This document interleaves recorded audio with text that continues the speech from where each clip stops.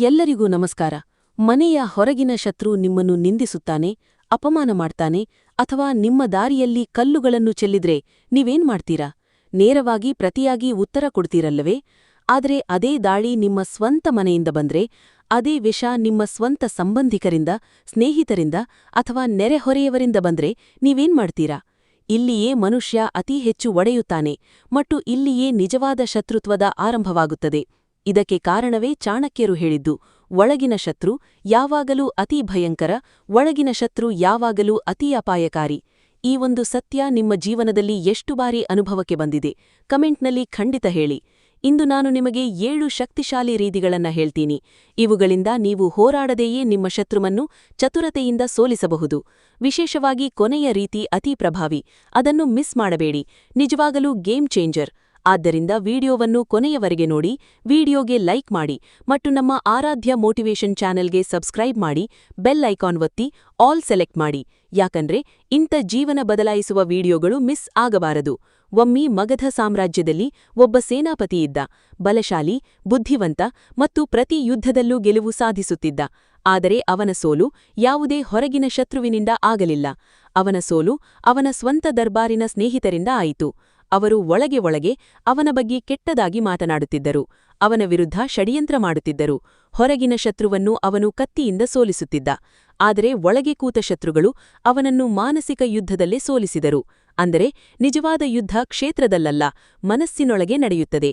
ಚಾಣಕ್ಯನು ಶತ್ರುವನ್ನು 3 ಭಾಗಗಳಲ್ಲಿ ವಿಂಗಡಿಸಿದ್ದಾರೆ. ಮೊದಲನೆಯದು ಗೋಚರ ಶತ್ರು, ಮುಂದೆ ನಿಂತು ಎದುರಾಗಿ ವಿರೋಧ ಮಾಡೋದು. ಎರಡನೆಯದು ಅಗೋಚರ ಶತ್ರು, ನಗುತ್ತಾ ಸ್ನೇಹ ತೋರಿಸ್ತಾ ಆದರೆ ಒಳಗಿಂದ ಕಚ್ಚೋದು. ಮೂರನೆಯದು ಸ್ವಜನ ಶತ್ರು, ಸಂಬಂಧಿಕರು, ಕುಟುಂಬ ಅಥವಾ ಸ್ನೇಹಿತರು ನಿಮ್ಮನ್ನು ತಡೆಯುವವರು, ನಿಮ್ಮನ್ನು ಕೀಳಾಗಿ ತೋರಿಸುವವರು ಮತ್ತು ನಿಮ್ಮ ಪ್ರಗತಿಯಿಂದ ಜ್ವಲಿಸುವವರು. ಅತಿ ಅಪಾಯಕಾರಿ ಮೂರನೆಯದು, ಯಾಕಂದ್ರೆ ಅದರೊಂದಿಗೆ ನೀವು ಎದುರಾಗಿ ಹೋರಾಡಲಾರಿರಿ. ಆದರೆ ನಾವು ಶತ್ರುವಿನೊಂದಿಗೆ ಹೋರಾಡಬೇಕೇ? ಇಲ್ಲ. ನೀವು ನೇರವಾಗಿ ಹೋರಾಡಿದ್ರೆ ಅವನು ಇನ್ನೂ ಬಲಶಾಲಿಯಾಗ್ತಾನೆ. ನೀವು ಸುಮ್ಮನಿದ್ದರೆ ಜನ ನಿಮ್ಮನ್ನು ದುರ್ಬಲ ಅಂದುಕೊಳ್ತಾರೆ. ಆದರೆ ದಾರಿಯೇನು? ಅದೇ ಹೋರಾಡದೆ ಶತ್ರುವನ್ನು ಸೋಲಿಸುವ ಕಲೆ ಇಂದು ನಾವು ಕಲಿಯುವುದು. ಶತ್ರುವನ್ನು ಹೇಗೆ ಗುರುತಿಸಬೇಕು, ಅವನ ಆಟವನ್ನು ಅವನ ವಿರುದ್ಧವೇ ಹೇಗೆ ತಿರುಗಿಸಬೇಕು ಮತ್ತು ಅತೀ ದೊಡ್ಡ ರಹಸ್ಯ, ಕೈಯೆತ್ತದೇ ಜಗಳ ಮಾಡದೆ ಅವನನ್ನು ಹೇಗೆ ಸೋಲಿಸಬೇಕು. ಜೀವನ ಒಂದು ಯುದ್ಧ ಕ್ಷೇತ್ರ. ಆದ್ರೆ ಈ ಯುದ್ಧ ಕ್ಷೇತ್ರದಲ್ಲಿ ಆಯುಧಗಳು ಕತ್ತಿ ಅಥವಾ ಗನ್ನಲ್ಲ, ನಿಮ್ಮ ಮನಸ್ಸು, ನಿಮ್ಮ ರಣತಂತ್ರ ಮತ್ತು ನಿಮ್ಮ ಧೈರ್ಯ. ಉದಾಹರಣೆಗೆ, ಆಫೀಸ್ನಲ್ಲಿ ಒಬ್ಬ ವ್ಯಕ್ತಿ ಯಾವಾಗಲೂ ಬಾಸ್ಗೆ ನಿಮ್ಮ ವಿರುದ್ಧ ಕಾಣು ತುಂಬಿಸುತ್ತಾನೆ. ನೀವು ಅವನೊಂದಿಗೆ ಜಗಳ ಮಾಡಿದ್ರೆ ಜನ ನಿಮ್ಮನ್ನೇ ಕೋಪಿಷ್ಠ ಅಂದುಕೊಳ್ತಾರೆ. ಸುಮ್ಮನಿದ್ದರೆ ಅವನು ಇನ್ನೂ ದೊಡ್ಡವನಾಗ್ತಾನೆ. ಆದರೆ ನೀವೇನು ಮಾಡಬೇಕು? ಅವನ ಮಾತುಗಳನ್ನು ಅವನ ವಿರುದ್ಧವೇ ಬಳಸಿ ಎಲ್ಲರ ಮುಂದೆ ಅವನ ನಿಜವಾದ ಮುಖವನ್ನು ಏನೂ ಹೇಳದೆ ಬಯಲು ಮಾಡಿ. ಅಂದರೆ ಅವನೇ ತನ್ನ ಉರುಳಿನಲ್ಲಿ ಸಿಕ್ಕಿ ಹಾಕಿಕೊಳ್ಳಲಿ. ಚಾಣಕ್ಯರು ಹೇಳ್ತಾರೆ, ಶತ್ರುವನ್ನು ನಾಶ ಮಾಡುವ ಅತೀ ಉತ್ತಮ ಉಪಾಯ ಅವನನ್ನು ಸಮಯಕ್ಕೆ ಒಂಟಿಯಾಗಿ ಬಿಟ್ಟುಬಿಡುವುದು. ಸಮಯ ಒಂದು ಆಯುಧ. ಅದು ಯಾವುದೇ ಶಬ್ದ ಮಾಡದೆ ಶತ್ರುಗಳನ್ನು ನಾಶ ಮಾಡುತ್ತದೆ. ನೀವು ನೋಡಿದ್ದೀರಲ್ಲ, ಗ್ರಾಮಗಳಲ್ಲಿ ಅಥವಾ ನಗರಗಳಲ್ಲಿ ಹೊರೆಯವರು ಒಬ್ಬರನ್ನೊಬ್ಬರು ಜ್ವಲಿಸುತ್ತಾರೆ. ಒಬ್ಬ ಹೊಸ ಕಾರ್ ತಗೊಂಡ್ರೆ ಈರ್ಷೆ, ಹೊಸ ಮನೆ ಕಟ್ಟಿದ್ರೆ ಜಲನ, ಯಾರಾದರೂ ಪ್ರಗತಿ ಮಾಡಿದ್ರೆ ಅಪವಾಹಗಳು. ಆದ್ರೆ ಯಾರೂ ಇದಕ್ಕೆ ಕಿವಿಗೊಡದೆ ತನ್ನ ಕೆಲಸದಲ್ಲಿ ಗಮನ ಕೊಟ್ಟ ಅವನೇ ಕೊನೆಗೆ ಗೆದ್ದ. ಯಾಕಂದ್ರೆ ಶತ್ರು ತನ್ನ ಜಲನನಲ್ಲಿ ತಾನೇ ಸುಟ್ಟು ಭಸ್ಮವಾದ. ನೀವು ಕೂಡ ಇಂಥ ಶತ್ರುಗಳಿಂದ ಬಳಲುತ್ತಿದ್ದರೆ ಗಮನವಿಟ್ಟು ಕೇಳಿ. ಮುಂದೆ ನಾನು 7 ಗುಪ್ತ ಮಂತ್ರಗಳನ್ನ ಹೇಳ್ತೀನಿ. ಇವುಗಳಿಂದ ನೀವು ಹೋರಾಡದೆಯೇ ಪ್ರತಿ ಬಾರಿ ಶತ್ರುವನ್ನು ಸೋಲಿಸಬಹುದು. ಮತ್ತು ಈ ಮಾತುಗಳು ನಿಮ್ಮ ಹೃದಯಕ್ಕೆ ಮುಟ್ಟಿದ್ದರೆ ಕಮೆಂಟ್ನಲ್ಲಿ ಬರೆಯಿರಿ, ನಾನು ನನ್ನ ಶತ್ರುವಿಗಿಂತ ದೊಡ್ಡವನು. ಶತ್ರುವಿನೊಂದಿಗೆ ಹೋರಾಡದೆ ಗೆಲ್ಲುವ ಮೊದಲ ಸಿದ್ಧಾಂತ, ಅವನಿಗೆ ನಿಮ್ಮ ಮನಸ್ಸಿನಲ್ಲಿ ಜಾಗ ಕೊಡಬೇಡಿ. ನಿಜವಾದ ಆಟ ಅಲ್ಲೇ ಶುರುವಾಗುತ್ತದೆ. ನೀವು ಯಾವಾಗಲೂ ಅವನು ಏನು ಮಾಡ್ತಾನೆ ಅಂತ ಯೋಚಿಸ್ತಾ ಇದ್ರೆ ನೀವು ಅವನು ಬಯಸಿದ್ದನ್ನೇ ಮಾಡ್ತೀರಿ. ಅವನ ಉದ್ದೇಶ ನಿಮ್ಮನ್ನು ಅಸ್ಥಿರಗೊಳಿಸುವುದು. ನೀವು ಅವನ ಬಗ್ಗೆ ಯೋಚಿಸ್ತಾ ಇದ್ದರೆ ನಿಮ್ಮ ಶಕ್ತಿಯನ್ನು ಅವನಿಗೆ ಕೊಡುತ್ತೀರಿ. ಆದ್ದರಿಂದ ಚಾಣಕ್ಯರು ಹೇಳಿದ್ದು, ಶತ್ರುವಿನಿಂದ ಪ್ರತೀಕಾರ ತೆಗೆದುಕೊಳ್ಳಬೇಕಾದ್ರೆ ಮೊದಲು ತನ್ನನ್ನು ಸ್ಥಿರಗೊಳಿಸಿ. ಯಾಕಂದ್ರೆ ಅಸ್ಥಿರ ಮನಸ್ಸು ಸರಿಯಾದ ನಿರ್ಧಾರ ತೆಗೆದುಕೊಳ್ಳಲಾರದು. ಎರಡನೆಯ ಸಿದ್ಧಾಂತ, ಶತ್ರುವನ್ನು ಅವನ ಆಟದಲ್ಲೇ ಸಿಕ್ಕಿಹಾಕಿ. ಇತಿಹಾಸದಲ್ಲಿ ಅನೇಕ ಬಾರಿ ನೋಡಿದ್ದೀವಿ, ನೇರ ಹೋರಾಟ ಸಾಧ್ಯವಿಲ್ಲದಾಗ ಚಾತುರ್ಯದಿಂದ ಗೆಲ್ಲುವುದೇ ದೊಡ್ಡ ಆಯುಧ. ಅಲೆಕ್ಸಾಂಡರ್ ಮತ್ತು ಪೋರಸ್ನ ಕಥೆ ಕೇಳಿದ್ದೀರಲ್ಲ. ಪೋರಸ್ ಸೋತಾಗ ಅಲೆಕ್ಸಾಂಡರ್ ಅವನನ್ನು ಕೊಲ್ಲಬೇಕು ಅಂದುಕೊಂಡ. ಆದರೆ ಪೋರಸ್ ನೇರ ಜಗಳ ಮಾಡಲಿಲ್ಲ, ಬದಲಾಗಿ ಅವನ ಮನಸ್ಸನ್ನು ಗೆದ್ದುಬಿಟ್ಟ. ನನ್ನೊಂದಿಗೆ ಒಬ್ಬ ರಾಜ ಇನ್ನೊಬ್ಬ ರಾಜನಂತೆ ವರ್ತಿಸುವಂದ. ಆ ಒಂದು ಮಾತು ಅಲೆಕ್ಸಾಂಡರ್ನ ದೃಷ್ಟಿಕೋನವನ್ನೇ ಬದಲಾಯಿಸಿತು. ಅಂದರೆ ನೇರವಾಗಿ ಹೋರಾಡಿದರೆ ಶತ್ರು ಇನ್ನೂ ಶಕ್ತಿಶಾಲಿಯಾಗಬಹುದು, ಆದರೆ ಅವನ ಯೋಜನೆಯ ಮೇಲೆ ನಿಯಂತ್ರಣ ಪಡೆದರೆ ಅವನು ಎಂದೂ ಗೆಲ್ಲಲಾರದು. ಮೂರನೆಯ ಸಿದ್ಧಾಂತ, ಶತ್ರುವಿನ ದೌರ್ಬಲ್ಯಗಳನ್ನು ಗುರುತಿಸಿ. ಪ್ರತಿ ಮನುಷ್ಯನ ಜೀವನದಲ್ಲಿ ಒಂದು ಬಿಂದುವಿರುತ್ತದೆ, ಅದರಿಂದ ಅವನನ್ನು ನಿಯಂತ್ರಿಸಬಹುದು. ಒಬ್ಬನಿಗೆ ಕೋಪ, ಒಬ್ಬನಿಗೆ ಆಸೆ, ಒಬ್ಬನಿಗೆ ಪ್ರತಿಷ್ಠೆ, ಒಬ್ಬನಿಗೆ ಮಹತ್ವಾಕಾಂಕ್ಷೆ.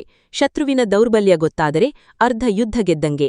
ಕೌಟಿಲ್ಯರು ಬರೆದಿದ್ದಾರೆ, ಕೋಪಿಷ್ಠ ಶತ್ರುವಿದ್ದರೆ ಅವನನ್ನು ಪ್ರಚೋದಿಸಿ, ಲೋಭಿಯಿದ್ದರೆ ಇನ್ನೂ ಆಸೆ ತೋವಿಸಿ, ಪ್ರತಿಷ್ಠೆ ಪ್ರಿಯನಿದ್ದರೆ ಅಲ್ಲೇ ದಾಳಿ ಮಾಡಿ, ಮತ್ತು ಆಸಕ್ತಿಯ ವಿಷಯ ಅವನಿಗೆ ಗೊತ್ತೇ ಇರುವುದಿಲ್ಲ, ಅವನು ನಿಮ್ಮ ಚಾತುರ್ಯಕ್ಕೆ ಸಿಕ್ಕಿದ್ದು ಅಂತ. ನಾಲ್ಕನೆಯ ಸಿದ್ಧಾಂತ, ಶತ್ರುವನ್ನು ಒಂಟಿಯಾಕಿಸಿ. ಅನೇಕರು ತಮ್ಮ ಗುಂಪಿನ ಮೇಲೆ ಹೆಮ್ಮೆ ಪಡ್ತಾರೆ. ಗುಂಪು ಇದ್ದಾಗ ಅವರ ಧೈರ್ಯವಿರುತ್ತದೆ, ಆದರೆ ಒಂಟಿಯಾಕಿಸಿದರೆ ಅವರ ಹುಮ್ಮಸ್ಸು ಒಡೆಯುತ್ತದೆ. ಚಾಣಕ್ಯರು ಹೇಳ್ತಾರೆ, ಶತ್ರುವಿನ ಶಕ್ತಿ ಅವನ ಅನುಯಾಯಿಗಳಲ್ಲಿರುತ್ತದೆ. ಅನುಯಾಯಿಗಳನ್ನು ಬೇರ್ಪಡಿಸಿ ಶತ್ರು ತಾನೇ ಬೀಳ್ತಾನೆ. ಇಂದಿನ ಕಾಲದಲ್ಲೂ ಇದೇ ಆಗುತ್ತದೆ. ಆಫೀಸ್ನಲ್ಲಿ ಒಬ್ಬನು ನಿಮ್ಮ ವಿರುದ್ಧ ವಾತಾವರಣ ಸೃಷ್ಟಿ ಮಾಡುತ್ತಿದ್ದಾನೆ ಅಂದುಕೊಳ್ಳಿ. ನೀವು ನೇರವಾಗಿ ಎದುರಾದರೆ ಜನ ನಿಮ್ಮನ್ನೇ ಜಗಳಾಡು ಅಂದುಕೊಳ್ತಾರೆ. ಆದರೆ ನೀವು ನಿಧಾನವಾಗಿ ಅವನ ಅನುಯಾಯಿಗಳನ್ನು ಅವನ ವಿರುದ್ಧವೇ ತಿರುಗಿಸಿದ್ರೆ ಒಂದು ದಿನ ಅವನು ಒಂಟಿಯಾಗಿ ನಿಲ್ತಾನೆ. ಒಂಟಿಯಾದವನು ಹೆಚ್ಚು ಕಾಲ ಉಳಿಯಲಾರದು. ಇತಿಹಾಸ ಇದಕ್ಕೆ ದೊಡ್ಡ ಸಾಕ್ಷಿ. ಮಹಾಭಾರತದಲ್ಲೂ ದುರ್ಯೋಧನನ ದೊಡ್ಡ ಶಕ್ತಿ ಅವನ ಸಹೋದರರು ಮತ್ತು ಕೌರವ ಸೈನ್ಯ. ಆದರೆ ಕೃಷ್ಣರು ಪಾಂಡವರಿಗೆ ಹೇಳಿದ್ದು, ನಿಜವಾದ ಯುದ್ಧ ಸೈನ್ಯದಿಂದ ಅಲ್ಲ, ಮನೋಬಲದಿಂದ ಗೆಲ್ಲಬೇಕು. ಕೌರವರ ಮನೋಬಲ ಒಡೆದಾಗ ಲಕ್ಷಾಂತರ ಸೈನ್ಯ ಕೂಡ ದುರ್ಯೋಧನನನ್ನು ಉಳಿಸಲಿಲ್ಲ. ಆದ್ದರಿಂದ ಹೋರಾಡದೆ ಗೆಲ್ಲಬೇಕಾದರೆ ಶತ್ರುವಿನ ಮನೋಬಲ ಒಡೆಯಿರಿ, ಅವನ ಗುಂಪನ್ನು ಕಸಿಯಿರಿ ಮತ್ತು ಅವನ ತಪ್ಪುಗಳಲ್ಲಿ ಸಿಕ್ಕಿಹಾಕಿರಿ. ಇಲ್ಲಿಯವರೆಗೆ ನಾವು ಶತ್ರುವಿನೊಂದಿಗೆ ಹೋರಾಡುವುದು ಮೂರ್ಖತನ ಏಕೆ ಮತ್ತು ಮಾನಸಿಕ ಯುದ್ಧ ಹೇಗೆ ಗೆಲ್ಲಬೇಕು ಅಂತ ತಿಳಿದುಕೊಂಡೆವು. ಆದರೆ ಈಗ ನಿಜವಾದ ಪ್ರಶ್ನೆ, ಶತ್ರು ಮುಂದೆ ನಿಂತಿದ್ದಾನೆ, ಅವನ ಷಡ್ಯಂತ್ರಗಳು ನಡೆಯುತ್ತಿವೆ, ಜನರನ್ನು ನಿಮ್ಮ ವಿರುದ್ಧ ಭಡಕಿಸುತ್ತಿದ್ದಾನೆ. ಅಂಥ ಸಮಯದಲ್ಲಿ ಯಾವ ರಣತಂತ್ರ ಬಳಸಬೇಕು? ಈಗಿನಿಂದ ರಿಯಲ್ ಗೇಮ್ ಶುರು ಗೆಳೆಯರೇ. ಈಗ ನಾವು ತಿಳಿಯುವುದು ಆ 7 ಗುಪ್ತ ರೀತಿಗಳು. ಇವುಗಳಿಂದ ನೀವು ಹೋರಾಡದೆಯೇ ಗೆಲ್ಲಬಹುದು. ತಯಾರಾಗಿರಿ. ಮೊದಲ ಚಾಣಕ್ಯ ನೀತಿ, ಮೌನದ ಶಕ್ತಿ. ಶತ್ರು ಬಯಸ್ತಾನೆ ನೀವು ಕೋಪಗೊಳ್ಳಿ. ಅವನು ಬಾರಿ ಬಾರಿ ನಿಮ್ಮನ್ನು ಪ್ರಚೋದಿಸುತ್ತಾನೆ, ನಿಮ್ಮ ತಪ್ಪು ಹಿಡಿದು ಅಪಮಾನ ಮಾಡಿ, ನಿಮ್ಮ ದೌರ್ಬಲ್ಯದ ಮೇಲೆ ದಾಳಿ ಮಾಡಿ. ಆದರೆ ನೀವು ಮೌನವಾಗಿ ಅವನ ಮಾತುಗಳನ್ನು ಕಿವಿಗೊಡದೆ ಇದ್ದರೆ ಮೊದಲು ಅವನ ಮನಸ್ಸೇ ಒಡೆಯುತ್ತದೆ. ಯಾಕಂದ್ರೆ ಅವನ ಮಾತುಗಳು ನೀವು ಪ್ರತಿಕ್ರಿಯೆ ಕೊಟ್ಟಾಗ ಮಾತ್ರ ಕೆಲಸ ಮಾಡುತ್ತವೆ. ನೀವು ಮೌನವಾಗಿದ್ದಾಗ ಶತ್ರು ಅಸ್ವಸ್ಥನಾಗುತ್ತಾನೆ, ಮತ್ತು ನೀವು ಮಾತನಾಡಿದ್ರೆ ಅವನ ನಿರೀಕ್ಷೆಗಳಿಗೆ ವಿರುದ್ಧ ದಿಕ್ಕಿನಲ್ಲಿ ಮಾತನಾಡಿ. ಈ ಮೌನವೇ ನಿಮ್ಮ ದೊಡ್ಡ ಆಯುಧ. ಎರಡನೆಯ ನೀತಿ, ದೂರವಿರಿ. ನೀವು ಪ್ರತಿದಿನ ಶತ್ರುವಿಗೆ ಎದುರಾಗ್ತಾ ಇದ್ರೆ ನೀವೇ ದಣಿದು ಹೋಗ್ತೀರಿ. ಆದ್ದರಿಂದ ಕೆಲವೊಮ್ಮೆ ಅತೀ ದೊಡ್ಡ ದಾಳಿ ದೂರವಿರುವುದು. ಅವನು ಸಂಬಂಧಿಯಾಗಿರಲಿ, ಸ್ನೇಹಿತ ಆಗಿರಲಿ ಅಥವಾ ಹೊರೆಯವನಾಗಿರಲಿ, ಅವನ ಚಾತುರ್ಯಗಳಿಂದ ತಪ್ಪಿಸಿಕೊಳ್ಳಲು ನಿಮ್ಮ ಶಕ್ತಿಯನ್ನು ಅವನ ಮೇಲೆ ಖರ್ಚು ಮಾಡಬೇಡಿ. ನಿಧಾನವಾಗಿ ಅವನು ಒಂಟಿಯಾಗಿ ಸೋತು ಹೋಗ್ತಾನೆ. ಮೂರನೆಯ ನೀತಿ, ಅವನ ದೌರ್ಬಲ್ಯದ ಮೇಲೆ ದಾಳಿ. ಪ್ರತಿ ಶತ್ರುವಿಗೂ ಏನಾದರೂ ದೌರ್ಬಲ್ಯವಿರುತ್ತದೆ. ಅವನಿಗೆ ಹೆಚ್ಚು ಕೋಪ ಬಂದರೆ ಸರಿಯಾದ ಸಮಯದಲ್ಲಿ ಅದು ಎಲ್ಲರ ಮುಂದೆ ಬಯಲಾಗಲಿ. ಲೋಭಿಯಾದರೆ ಅವನನ್ನು ಆಸೆಯಲ್ಲಿ ಸಿಕ್ಕಿಸಿ. ಗೌರವ ಪ್ರಿಯನಿದ್ದಲೇ ಅಲ್ಲೇ ದಾಳಿ ಮಾಡಿ. ಮತ್ತು ಆಸಕ್ತಿಯ ವಿಷಯ ಅವನಿಗೆ ಗೊತ್ತೇ ಇರುವುದಿಲ್ಲ, ಅವನು ನಿಮ್ಮ ಚಾತುರ್ಯಕ್ಕೆ ಸಿಕ್ಕಿದ್ದು ಅಂತ. ನಾಲ್ಕನೆಯ ಸಿದ್ಧಾಂತ, ಶತ್ರುವನ್ನು ಒಂಟಿಯಾಕಿಸಿ. ಅನೇಕರು ತಮ್ಮ ಗುಂಪಿನ ಮೇಲೆ ಹೆಮ್ಮೆ ಪಡ್ತಾರೆ. ಗುಂಪು ಇದ್ದಾಗ ಅವರ ಧೈರ್ಯವಿರುತ್ತದೆ, ಆದರೆ ಒಂಟಿಯಾಕಿಸಿದರೆ ಅವರ ಹುಮ್ಮಸ್ಸು ಒಡೆಯುತ್ತದೆ. ಚಾಣಕ್ಯರು ಹೇಳ್ತಾರೆ, ಶತ್ರುವಿನ ಶಕ್ತಿ ಅವನ ಅನುಯಾಯಿಗಳಲ್ಲಿರುತ್ತದೆ. ಅನುಯಾಯಿಗಳನ್ನು ಬೇರ್ಪಡಿಸಿ ಶತ್ರು ತಾನೇ ಬೀಳ್ತಾನೆ. ಇಂದಿನ ಕಾಲದಲ್ಲೂ ಇದೇ ಆಗುತ್ತದೆ. ಆಫೀಸ್ನಲ್ಲಿ ಒಬ್ಬನು ನಿಮ್ಮ ವಿರುದ್ಧ ವಾತಾವರಣ ಸೃಷ್ಟಿ ಮಾಡುತ್ತಿದ್ದಾನೆ ಅಂದುಕೊಳ್ಳಿ. ನೀವು ನೇರವಾಗಿ ಎದುರಾದರೆ ಜನ ನಿಮ್ಮನ್ನೇ ಜಗಳಾಡು ಅಂದುಕೊಳ್ತಾರೆ. ಆದರೆ ನೀವು ನಿಧಾನವಾಗಿ ಅವನ ಅನುಯಾಯಿಗಳನ್ನು ಅವನ ವಿರುದ್ಧವೇ ತಿರುಗಿಸಿದ್ರೆ ಒಂದು ದಿನ ಅವನು ಒಂಟಿಯಾಗಿ ನಿಲ್ತಾನೆ. ಒಂಟಿಯಾದವನು ಹೆಚ್ಚು ಕಾಲ ಉಳಿಯಲಾರದು. ಇತಿಹಾಸ ಇದಕ್ಕೆ ದೊಡ್ಡ ಸಾಕ್ಷಿ. ಮಹಾಭಾರತದಲ್ಲೂ ದುರ್ಯೋಧನನ ದೊಡ್ಡ ಶಕ್ತಿ ಅವನ ಸಹೋದರರು ಮತ್ತು ಕೌರವ ಸೈನ್ಯ. ಆದರೆ ಕೃಷ್ಣರು ಪಾಂಡವರಿಗೆ ಹೇಳಿದ್ದು, ನಿಜವಾದ ಯುದ್ಧ ಸೈನ್ಯದಿಂದ ಅಲ್ಲ, ಮನೋಬಲದಿಂದ ಗೆಲ್ಲಬೇಕು. ಕೌರವರ ಮನೋಬಲ ಒಡೆದಾಗ ಲಕ್ಷಾಂತರ ಸೈನ್ಯ ಕೂಡ ದುರ್ಯೋಧನನನ್ನು ಉಳಿಸಲಿಲ್ಲ. ಆದ್ದರಿಂದ ಹೋರಾಡದೆ ಗೆಲ್ಲಬೇಕಾದರೆ ಶತ್ರುವಿನ ಮನೋಬಲ ಒಡೆಯಿರಿ, ಅವನ ಗುಂಪನ್ನು ಕಸಿಯಿರಿ ಮತ್ತು ಅವನ ತಪ್ಪುಗಳಲ್ಲಿ ಸಿಕ್ಕಿಹಾಕಿರಿ. ಇಲ್ಲಿಯವರೆಗೆ ನಾವು ಶತ್ರುವಿನೊಂದಿಗೆ ಹೋರಾಡುವುದು ಮೂರ್ಖತನ ಏಕೆ ಮತ್ತು ಮಾನಸಿಕ ಯುದ್ಧ ಹೇಗೆ ಗೆಲ್ಲಬೇಕು ಅಂತ ತಿಳಿದುಕೊಂಡೆವು.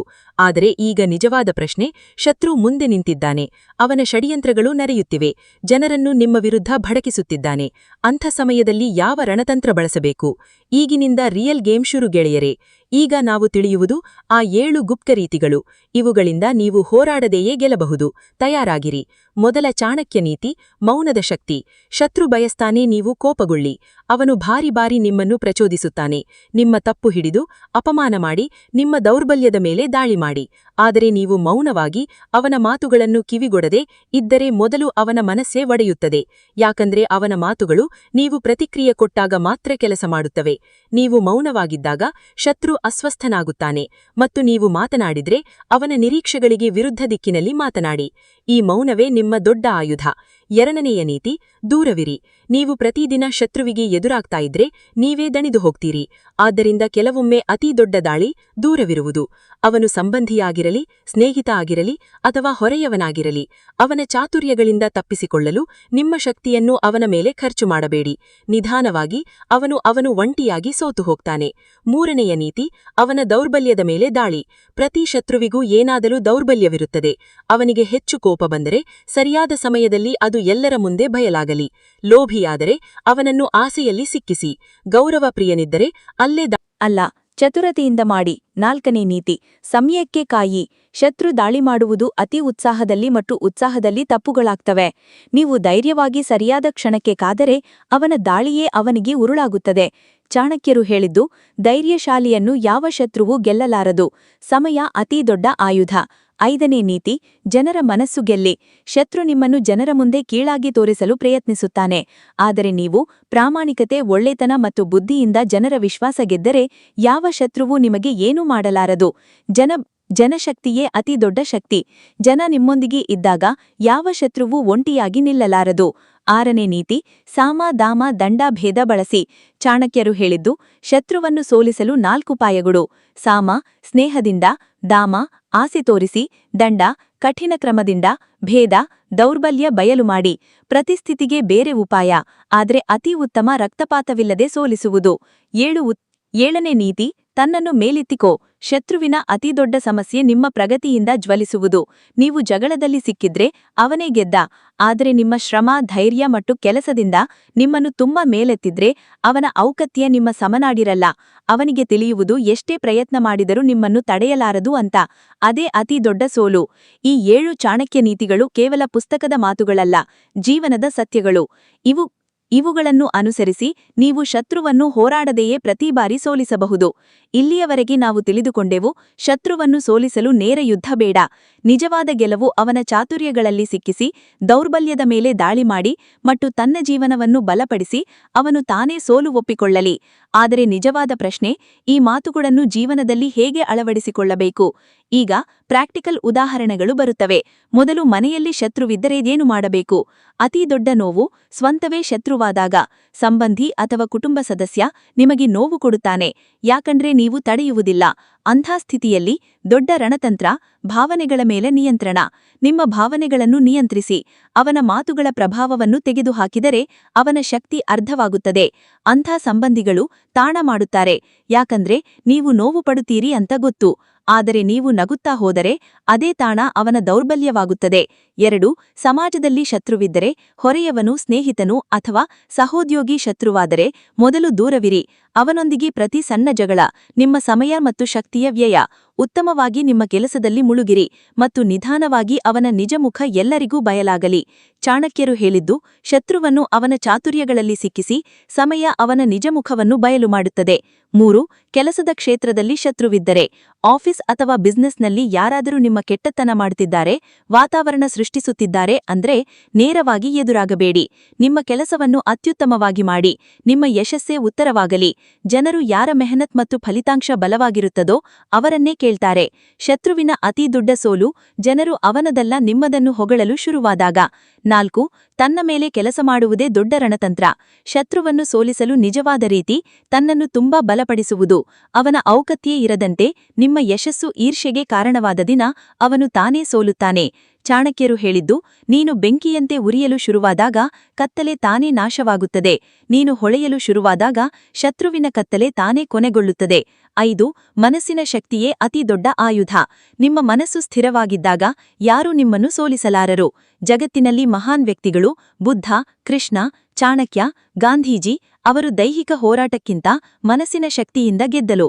ನೀವು ಕೂಡ ಮನಸ್ಸನ್ನು ಬಲಪಡಿಸಿದರೆ ಎಂಥ ಕಷ್ಟ ಬಂದರೂ ನೀವು ಯಾವಾಗಲೂ ವಿಜಯರಾಗ್ತೀರಿ. ಗೆಳೆಯರೇ, ಶತ್ರು ಪ್ರತಿಯೊಬ್ಬರ ಜೀವನದಲ್ಲೂ ಇರ್ತಾರೆ. ವ್ಯತ್ಯಾಸ ಕೇವಲ ಇಷ್ಟೇ, ಒಬ್ಬರು ಅವನೊಂದಿಗೆ ಹೋರಾಡಿ ದಣಿದು ಹೋಗ್ತಾರೆ, ಮತ್ತೊಬ್ಬರು ಹೋರಾಡದೆಯೇ ಪ್ರತಿ ಬಾರಿ ಸೋಲಿಸುತ್ತಾರೆ. ನಿಜವಾದ ಯೋಧೆ ಯಾರು ಅಂದ್ರೆ ಕತ್ತಿಯಿಂದ ಗೆಲ್ಲೋದಲ್ಲ, ಬುದ್ಧಿ, ಧೈರ್ಯ ಮತ್ತು ಸಮಯದಿಂದ ಗೆಲ್ಲೋದು. ಶತ್ರುವಿನಿಂದ ಪ್ರತಿಕಾರ ತೆಗೆದುಕೊಳ್ಳುವ ಅತಿ ದೊಡ್ಡ ರೀತಿ ಅವನ ನಿರೀಕ್ಷೆಗಳಿಗೆ ವಿರುದ್ಧವಾಗಿ ನಡೆಯುವುದು. ಅವನು ಬಯಸುತ್ತಾನೆ, ನೀವು ಅಳಿ, ಒಡಿಯಿ, ಸೋಲು ಒಪ್ಪಿಕೊಳ್ಳಿ. ಆದರೆ ನೀವು ನಗುತ್ತಾ ಇನ್ನೂ ಬಲವಾಗಿ ಇನ್ನೂ ಯಶಸ್ವಿಯಾಗಿ ಜೀವಿಸಿದರೆ ಅರ್ಥಮಾಡಿಕೊಳ್ಳಿ, ನೀವು ಅವನನ್ನು ಹೋರಾಡದೆಯೇ ಸೋಲಿಸಿದ್ದೀರಿ. ಈ ಮಾತುಗಳು ನಿಮಗೆ ಅರ್ಥವಾಯಿತು ಮತ್ತು ಏನಾದರೂ ಕಲಿತರೆ ಎಂದರೆ ಅದನ್ನು ಜೀವನದಲ್ಲಿ ಅನುಸರಿಸಿ ಮತ್ತು ನಿಮ್ಮ ಸ್ನೇಹಿತರು, ಸಂಬಂಧಿಗಳು ಅಥವಾ ಕುಟುಂಬ ಸದಸ್ಯರು ಕೂಡ ಈ ಜ್ಞಾನದಿಂದ ಪ್ರೇರಿತರಾಗಲಿ. Thank you for watching.